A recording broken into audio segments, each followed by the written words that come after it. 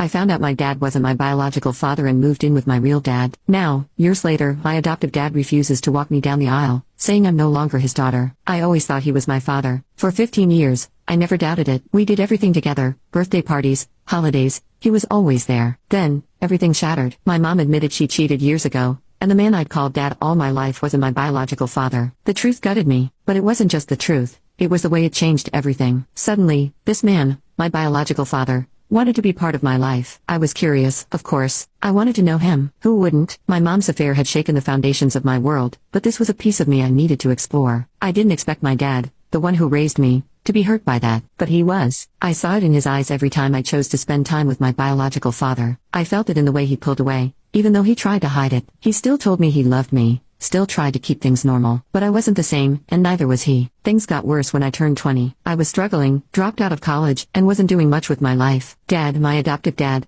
I guess, is the one who called me out on it. We fought. I was angry, frustrated, feeling lost, and I said the thing I know I'll never be able to take back: you're not my real dad. I didn't even mean it the way it sounded. I was just angry. I didn't want him to control me anymore, to act like he could tell me what to do. But those words broke something between us. He told me if that's how I felt, then there was nothing left to say. And I moved out, leaving to live with my biological father. I didn't think it was forever. I didn't think I was choosing between them. But, as the years went by, the distance grew. My adoptive dad stopped reaching out, and I let it happen. It wasn't until my biological father passed away in 2019 that I realized how much I'd lost. Not just him, but the man who had raised me. When I got engaged, I knew I wanted him, my adoptive dad, to walk me down the aisle. I thought it could be a new start for us, a way to make things right. So, I reached out. I poured my heart into a message, admitting how much I'd hurt him in the past, hoping he could see how much I still needed him. But he said no. He said I wasn't his daughter anymore, that he'd moved on. I couldn't believe it. After everything, I thought parents were supposed to love their kids unconditionally. I told him it wasn't my fault I wanted to know my real dad, but he didn't budge. He said it wasn't about that,